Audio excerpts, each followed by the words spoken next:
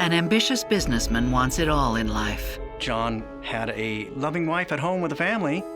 But that's not enough. There was many times where he felt like it was just too late. As a seemingly pious couple combats its inner demons, She made John feel like the hottest guy in the room. the darkest temptations lurk around the corner. He's lying. She was a chameleon. What she was surrounded by is what she became. It seems this match made in heaven is heading straight to hell. John never meant for anything bad to happen to Nikki.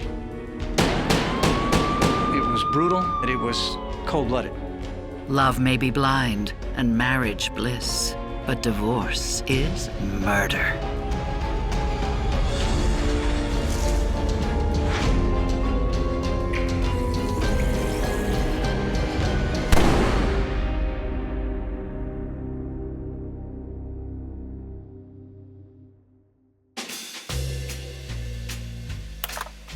California Baptist University provides the perfect Christian education for 19-year-old John Hilrich. Religion was always very important to Johnny. He had very good morals growing up. He never partied. He was not one to do a whole lot of bad things. He's always seemed to stick true to his values. Values such as faith, loyalty, and hard work. But religion isn't his only interest. He's got his eye on Nikki Wellshear. Nikki and Johnny were both going to school at the time, and they were both working at the YMCA, and that's where they met. Hands up! What? Sorry, it slipped out of my hand. Can I have my ball back? This ball? Yeah. No. I'm gonna need that ball back. I got students, they're waiting for me. Well, I guess you should have thought of that before trying to kill me with it. I wasn't trying to kill you with it, it leapt out of my hand. Okay. I think that Johnny was attracted to Nikki because he had a good time when he was around her. Hello, Ball. I'm Nikki. Who's the guy you're with? I'm John. It's nice to meet you. Nice to meet you, too.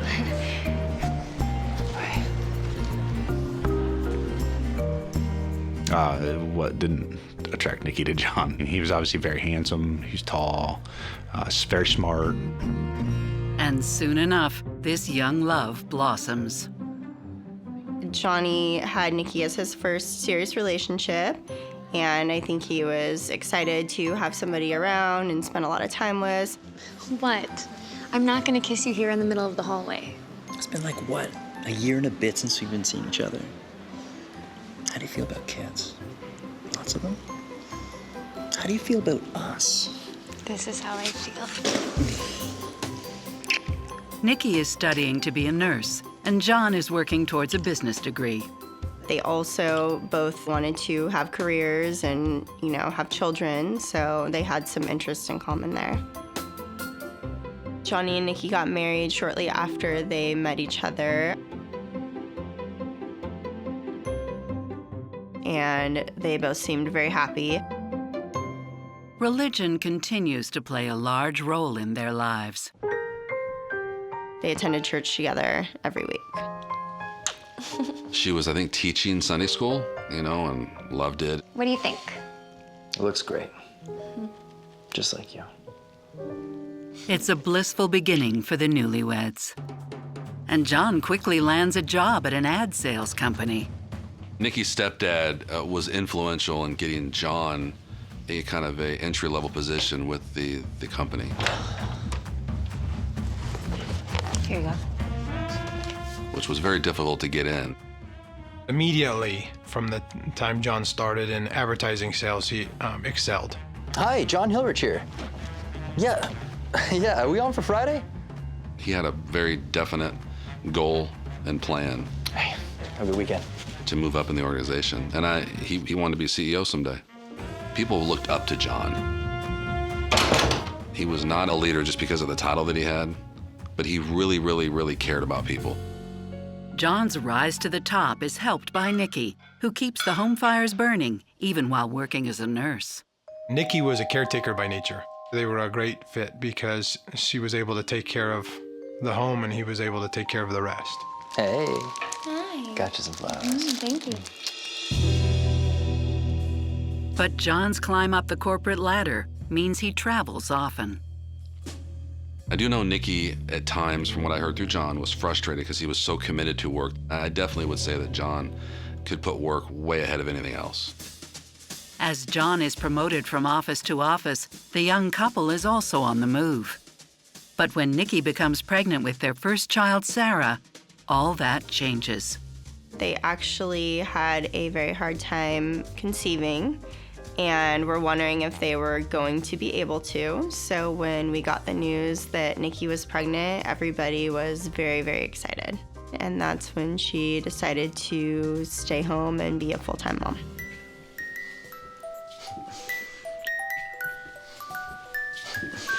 She's perfect.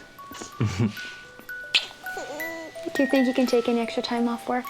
I don't know. It's a really busy time for me right now.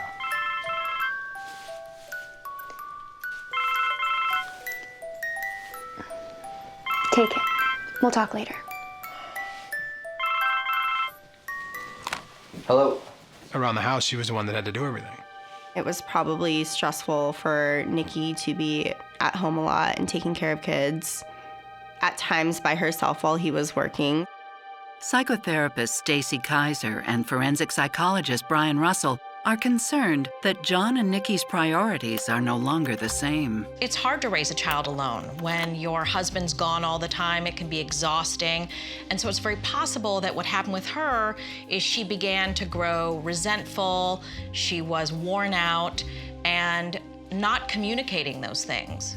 And that can impact the relationship.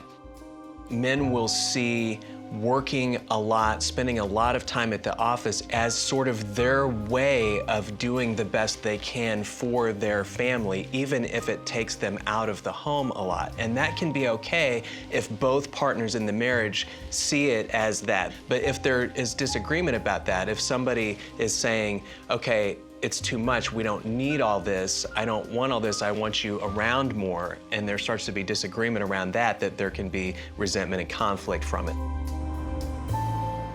John's hard work does have its benefits. Before long, the couple purchases their dream home in Yucaipa, California. Yucaipa's kind of like the country compared to the city they grew up in, so it was very laid back. They had a beautiful house. And John's career continues to thrive. You look handsome.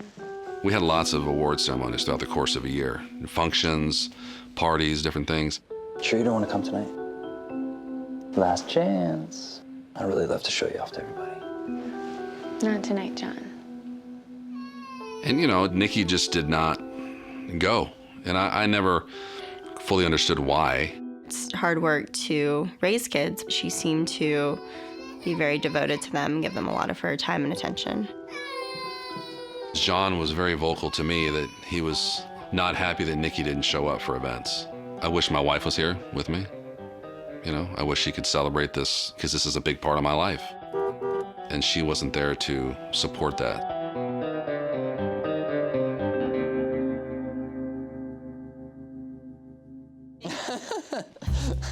But John's work achievements aren't totally ignored. Thanks. All the women at work did love John. I think women in general were attracted to him. And I definitely saw that on occasion in the office at times, you know. One in particular is Denise Lopez, 12 years older than John, divorced with children, and a successful businesswoman. So, are you going to that awards dinner thing tonight? Probably. Are you? Well, if you're going, I have to support our best regional manager, don't I? Denise was very, you know, flirtatious and very outgoing. Kind of life of the party, very fun. Friends with pretty much everybody. I'll see you there. I hope so. Yeah, the shared interest at work, so there was an immediate connection. Despite his connection with Denise, in 2002, John and Nikki become proud new parents to baby number 2, a boy named Mark. But with another baby comes a whole new set of challenges. Right after their son was born, I noticed a strain in Johnny and Nikki's relationship. Is there any coffee? No, I've been up all night with the baby. He brought the question up to me around, hey, Rick, when your wife had your first child, did she lose the baby weight pretty quick? Did it take very long? How did that go? How did you handle that? Don't worry about it. Fix him up on my way to work. It's the tip of an iceberg that will wreck John and Nikki's marriage. I think in the beginning, John wanted it a couple of ways. Nikki was just not there.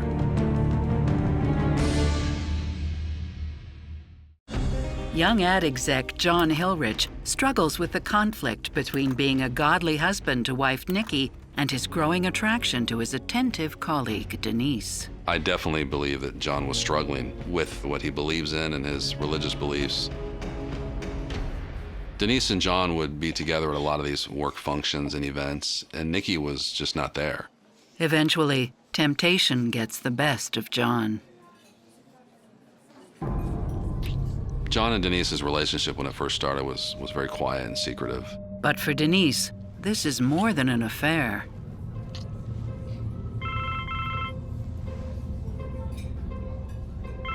She doesn't know John is still married. There was some question as to whether or not John was being totally honest with Denise about separating and divorcing Nikki. John seems to struggle with his honesty on many fronts. I think in the beginning, John wanted it a couple of ways. He wanted to have a loving wife at home with a family and a mistress. For John, divorce isn't an option. Filing for the divorce would have meant that he failed, and that's not John's personality. And when it comes to personalities, Denise and Nikki couldn't be more different. I would say that Denise and Nikki were polar opposites.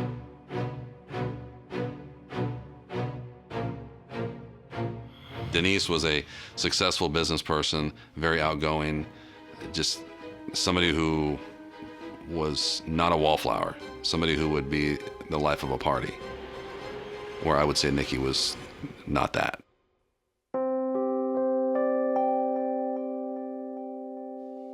Then, just when it seems John's career can't get any busier, work makes him an offer. John got a position in 2006 to move to the Oxnard area, which was about a 3-hour drive from San Bernardino. You're home late. How was work? I'm being transferred. Not again. Corporate called him and said, if you want to make it to the next level, this is what you need to do for us. I can't do it, John. It's important, Nikki. It's work. Nikki didn't want to move again because it would have been the fourth move in less than 3 years, and her family was their local and their church. She just didn't really want to move. If it's so important to you, you're gonna have to go without us. The line in the sand Nikki drew was, if you're going to take that job, you're going to have to commute because I'm not moving the kids again. Fine.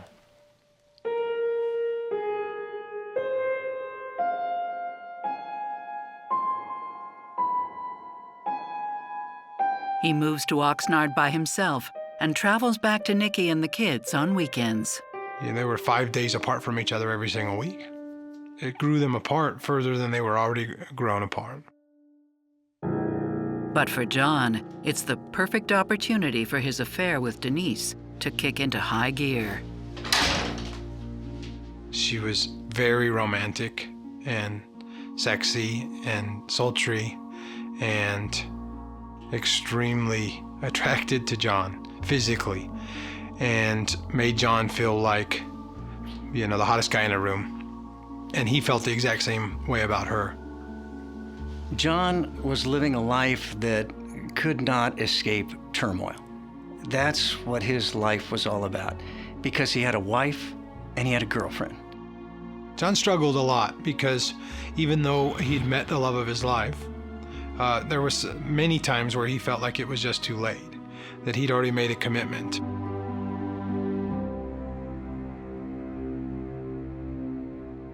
Before long, Nikki's instincts tell her something isn't right. She went from driving out Monday morning, at 4 a.m. and driving straight to work to driving back to his apartment in Oxnard on Sunday night. Hi, you reached John Hillrich. Please. Sometimes, making an excuse of why he couldn't come home at all that weekend. Desperate for answers, Nikki seeks support from her family.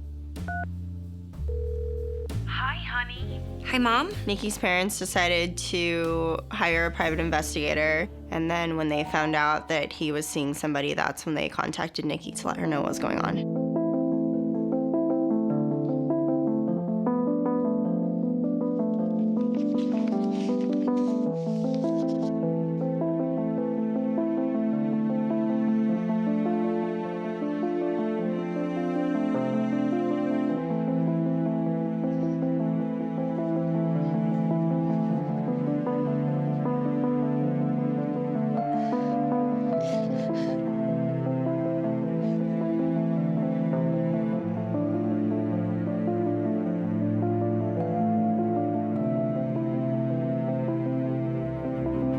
Nikki was devastated. I think she had to have been devastated. That's who she thought she was going to raise her kids with. One thing is certain, she's not ready to call it quits. John called me out of the blue one day and said, I think I'm being followed. And my guess was, no, I think they're probably got a tracking device on you somewhere. John takes his truck to a garage. The technicians knew exactly where to go look and found a tracking device that had been placed on his pickup truck. Nikki! Nikki! What? It's over. We're done. What are you talking about? I know you've been spying on me. So? I wouldn't have to if you'd just be home with us. I can't be with you. What? Doesn't matter anymore. It's over. John represented himself as somebody who generally makes the right decisions. So John appeared to have this impenetrable, armor, and all of a sudden, somebody found the chink in it.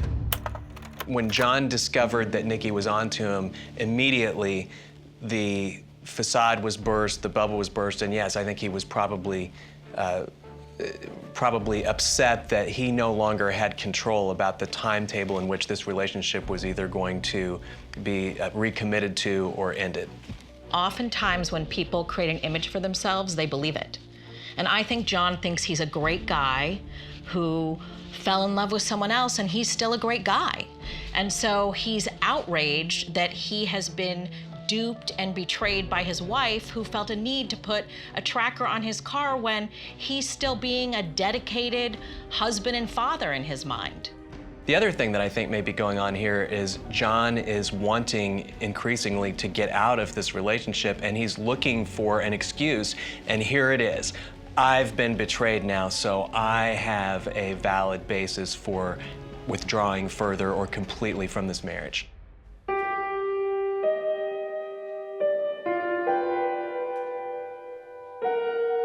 John and Nikki separate, but agree to co-parent. I can only imagine how Nikki felt about it. That was her co-pilot. That was who she was supposed to raise her kids with, and now he's gone.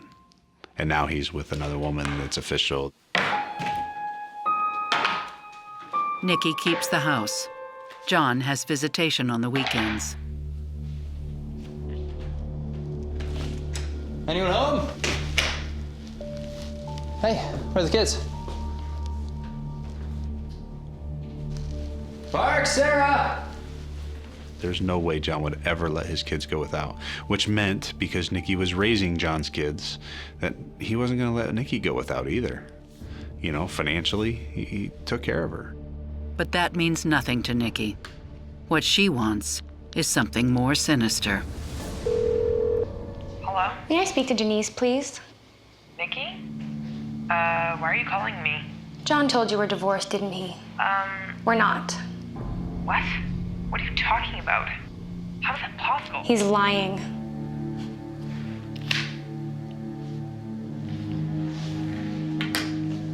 Then Denise would go back to John and say, hey, your wife just called me and said you're not doing the things that you're telling me you are. and they would get into arguments. Nikki can't leave the couple alone, sending messages and texts, even when they're on vacation.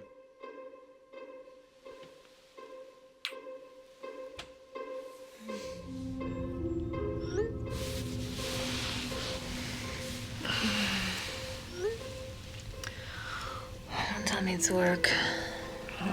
Nikki's missing. She's at the morgue? One was that Nikki was deceased. Another one was from a morgue. Some calls would hang up on him, or there would be nobody on the line. He wasn't sure if Nikki was doing it for the attention or if it was actually somebody else doing it. It was clear to Denise that somebody was harassing their vacation, trying to spoil it for them, and she suspected that it was Nikki. When's that divorce coming, John? I think Johnny didn't finalize the divorce because he was struggling with his feelings versus wanting to keep his family together. Nikki is struggling too. In hopes of moving on, she starts working as a nurse at a retirement home. But John doesn't give Nikki a clean break.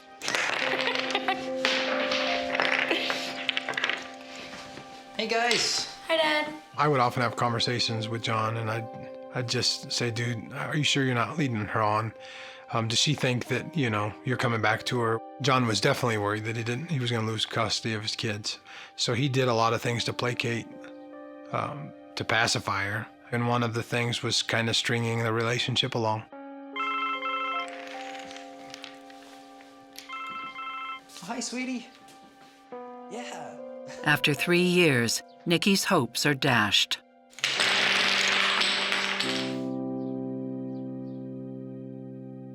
John and Denise bought a home in Fontana, which is like midpoint between the Ukaipa house where Nikki was with his children and his employment. And this was completely in the open, that John was planning on divorcing Nikki, and he had a new fiance. With John and Denise less than an hour away, the wound is reopened. There was 0% chance of hope. Maybe that's what drove her over the edge. An edge there's no coming back from. She just became a different person. If I find out that my ex-wife is hanging out with criminals, I'm going to do what John did. Plain and simple.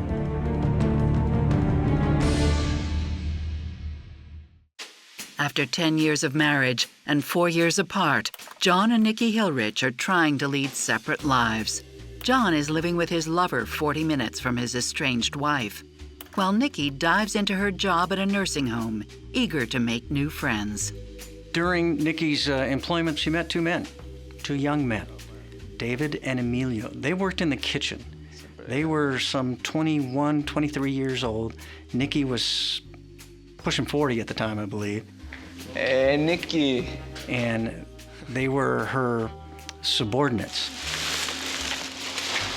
So, when you coming over for the tattoo? I don't know. Does it hurt? Well, good things hurt, but don't worry. Take it easy on you. It's not so bad. They were the typical gang bangers types. And he was showing interest in her, which was making her feel good about herself. It's a world Nikki doesn't know very well, but is keen to explore.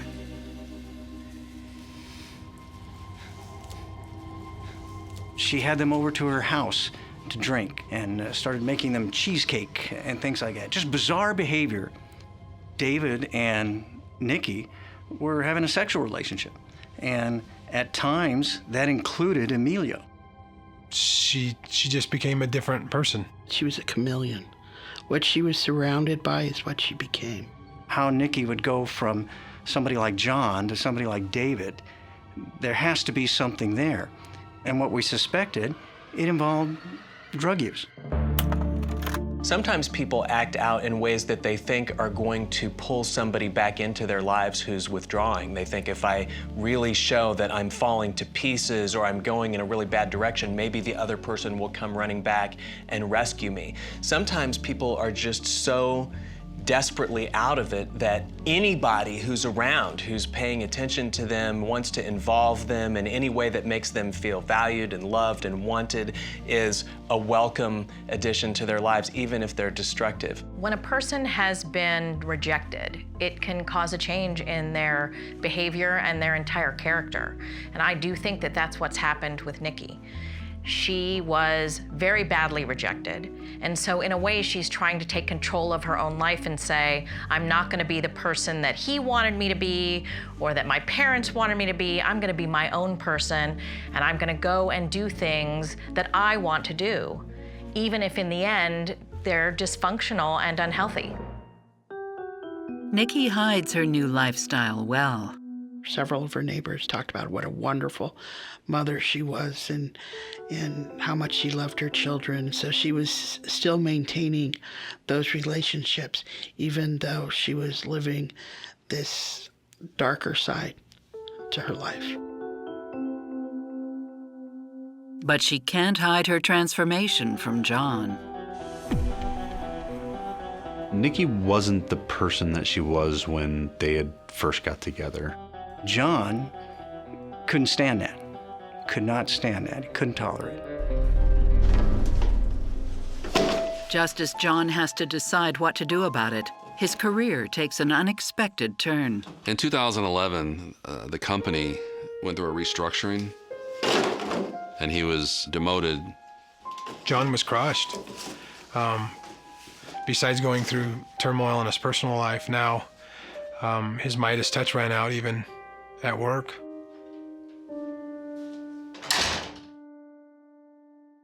But there's a silver lining. Being demoted was the best thing that ever happened to John. At the time, it wasn't the best, but a month or two later, when he realized how much more time he got to spend with his kids because he had been demoted. John also uses his newfound time to reconnect with his faith. He really came back and became a devout Christian again. He loved God. It really was the fabric of who he was as a man and as a father, as a friend, as a leader in the business. Until John's daughter makes a horrifying discovery.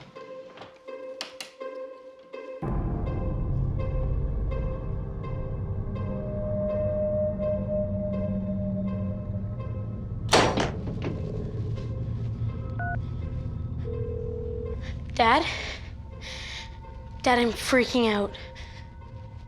Why does Mommy have a gun in her room? John didn't like that. John didn't like that at all. Why did she have it? Well, what was it all about? And John was not very happy. Ever heard of knocking? Where is it? Where's what? The gun! Sarah said she saw a gun in your room. Why do you have a gun? Protection, okay? Not that it's any of your business. If it's near my kids, it's my business.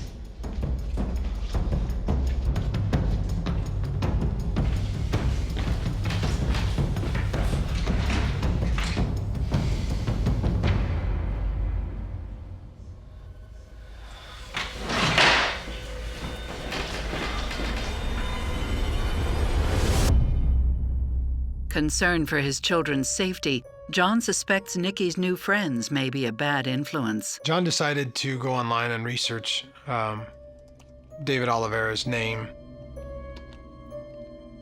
and was really scared at what he found. He had a prior conviction for unlawful sexual intercourse, which would be having sex with an underage girl.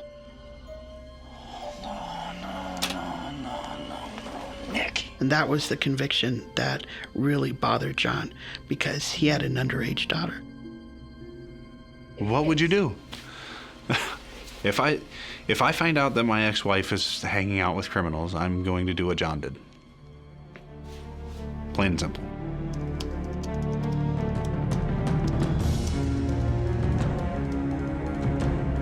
And I think that was the start of something very bad.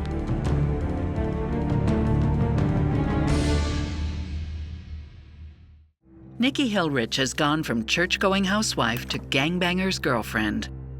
With God on his side, her estranged husband John is ready to do whatever it takes to keep his children safe. Johnny was very scared and, uncomfortable with the fact that somebody that had this criminal past was coming around his children. Make good decisions as adults in the family regarding people we bring around the children in our home. Johnny and Nikki signed a parenting agreement between the two of them that David was no longer allowed to be around the children. Sign it. And that if he was around the children again, she would lose her part of custody. Nikki.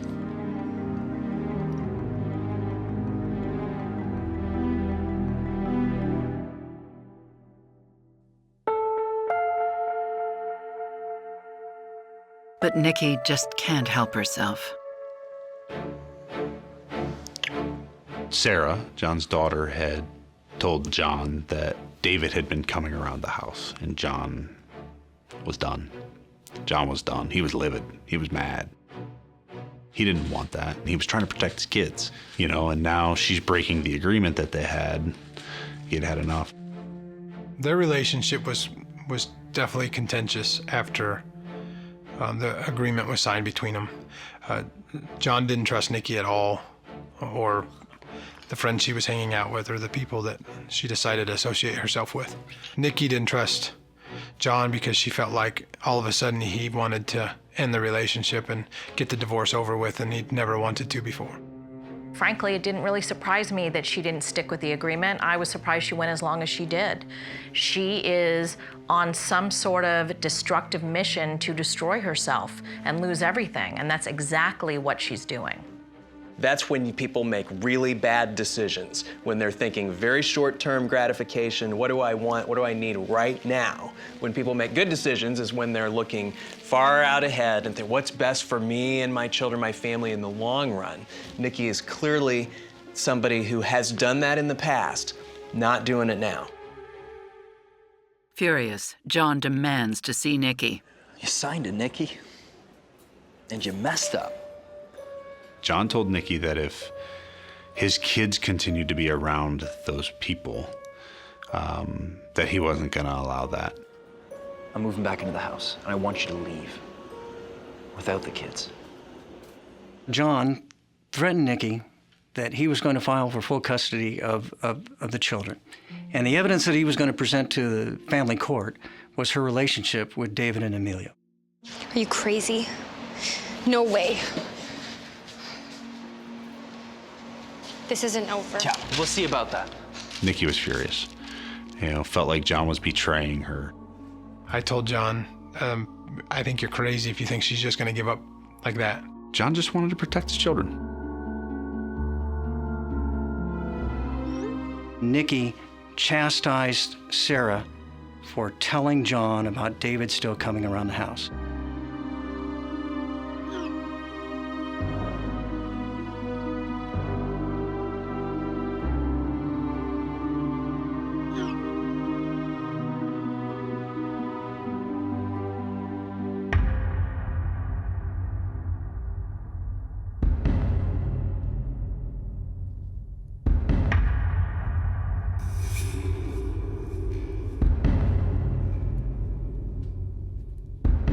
Attempting to reach a middle ground, John and Nikki agree to meet at their therapist's office.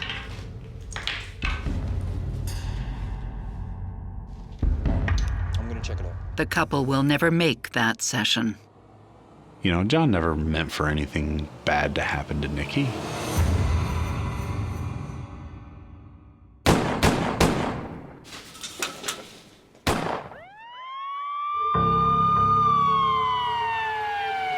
August 16th, 2011. The Ontario Police Department receives some 911 calls of shots fired in a parking structure. It's in a business office complex. Very, very unusual place for shots to be fired.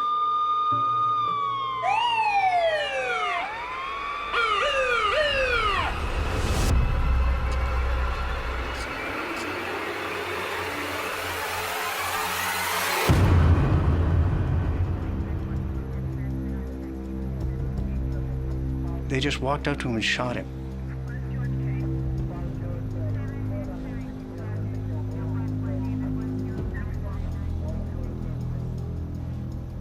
John was spun around some, but he went to the ground. And then the last shot, we believe, was a coup de grace shot where he was shot behind the ear. The first task for police, check the surveillance footage. You could see a truck pull up to the victim, a man get out.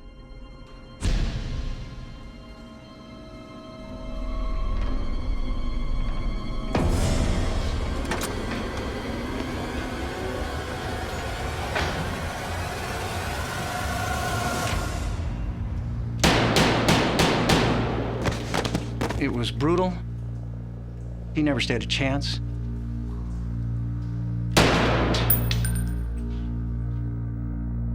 They just approached him, shot him, and left.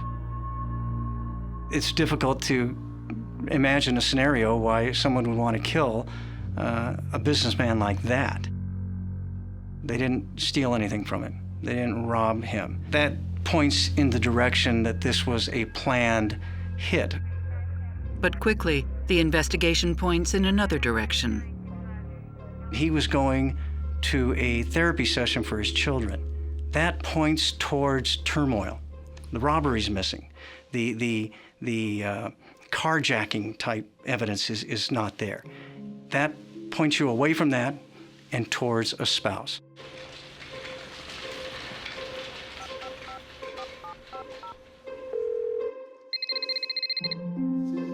Hello?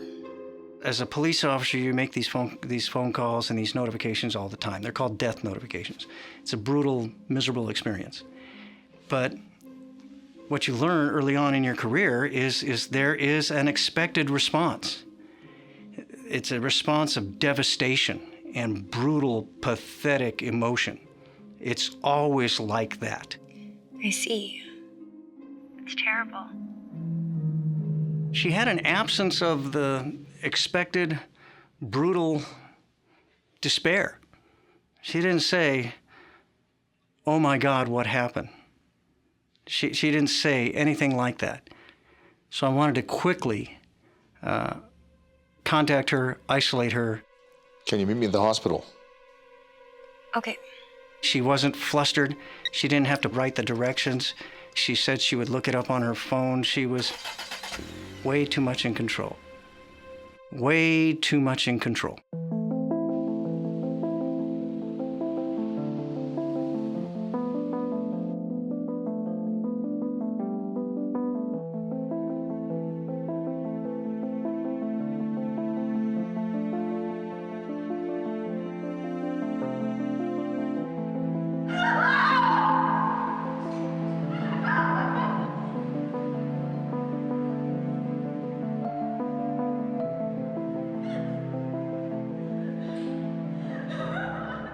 Ontario, California PD bring Nikki in for questioning. Does she know more than she's letting on? Are you kidding me?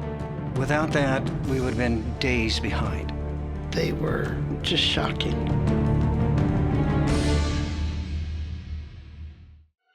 John and Nikki Hillrich are headed to a showdown at their counselor's office when somebody puts 4 bullets into John in a parking garage. Surveillance footage points to an unknown killer. Police are questioning everyone, including John's ex-wife. I was waiting for John at our therapist's. He was late, so I texted him. It's a solid alibi. Within 2 minutes or so, Nikki is sending texts to John.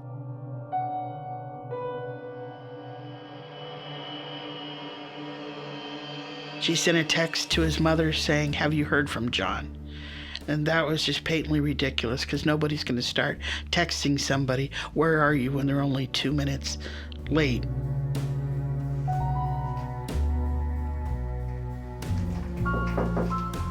As Detective Para interviews Nikki, information from an eyewitness is confirmed. The gentleman who worked for the Federal Department of Transportation, he heard the gunfire. He's on the 5th floor of one of those high-end office buildings, and he happens to have a pair of binoculars on the windowsill next to his desk. And thankfully, he writes down the license plate of the truck leaving that garage right after the shots are fired. Without that, we would have been days behind. When police trace the truck, it turns out to be owned by a woman, an ex-lover of none other than David Olveras. And what do you know?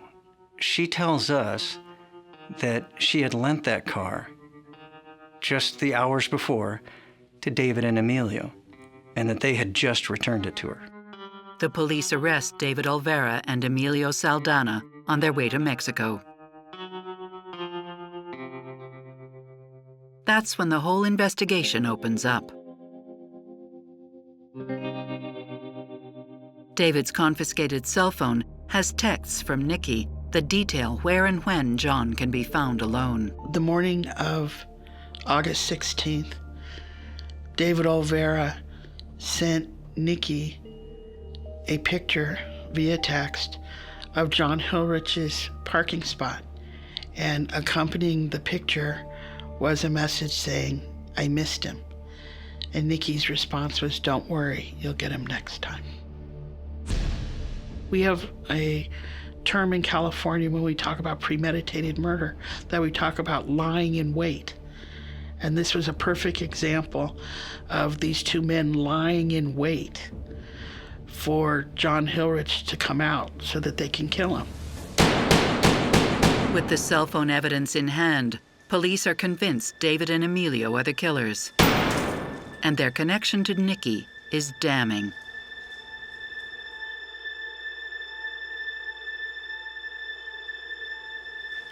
Do I have to be here much longer? Just bear with us.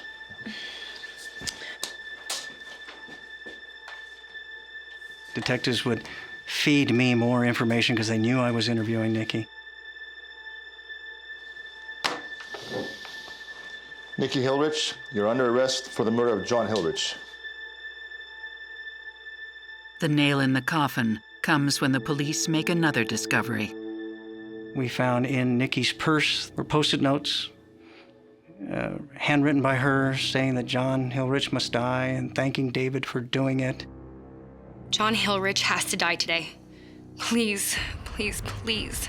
He's ruining my relationship with my children, my finances, my life. They were just shocking. John, I'm sorry it had to come to this. You pushed me to the limit. You just wouldn't mind your own business. You're not a man. I don't want our children to grow up to be like you. I am doing what I sincerely feel is best for the kids and I can't reason with you. You're a crazy bitch and you can't even see it. Rest in peace. I will take good care of them. She said she'd be a better mother, a better nurse, a better friend, a better daughter, a better Christian after he was gone. It was astounding. The notes that Nikki is writing are what I would call thought broadcasting, where she is just needing to get these thoughts out. Saying them out loud isn't enough, and so putting them on paper makes them more real. I believe that John ultimately ended up dead because the perfect storm was created. Nikki clearly is equipped with the capability of harming someone or asking someone to harm someone, but I also believe that the series of events that followed, his betrayal and leaving the marriage, her getting into drugs, her getting mixed up with a couple of men who'd be more than happy to help her get rid of her husband, all were combined to help ultimately lead to John's death. So, had John not cheated on Nikki, may we never have seen the capacity within her to commit extreme sociopathic acts? Well, yeah, we might not have. But the fact is, he did it, and we did see extreme sociopathic acts come out of Nikki that are reflective of a capacity that I think was there long prior to her having even met John. The sticky notes seal Nikki's fate. One of the things that they did do is really open the jurors' eyes so they could see what a cold-blooded woman this was. The one where she said John Hillrich must die today, and just lambast this man and call him names and try to say, I'm going to be a better mother, a better Christian. Are you kidding me? On July 16th, 2015, Nikki Hillrich is sentenced to a minimum 26 years in prison for the first-degree murder of her ex-husband, John. Drugs probably played a part in that, but it's not a defense. Drugs or no drugs, you still know what you're doing. And Nikki abandoned her children, orphaned them, all in the name of her own selfish stupidity. She will have missed out on her children's graduation from high school. She'll have missed out on their weddings, the early lives of her grandchildren. And I feel bad for her children because she made such a selfish decision to have this done and to rob her children of their father. David Olvera and Emilio Saldana, who already have strikes against them, get 50 years to life. His loved ones say that even in death, John got what he wanted: safety for his kids. Even if he knew that he was going to die by confronting, and, he still would have done it because, his kids are safe and they are being taken care of. John was a great father. He died for them. How much better of a father could he possibly be? I want to hear his voice. I've gone through a lot of things in my life, since then, that he would have guided me on and helped me on and led me through. John was a good dude.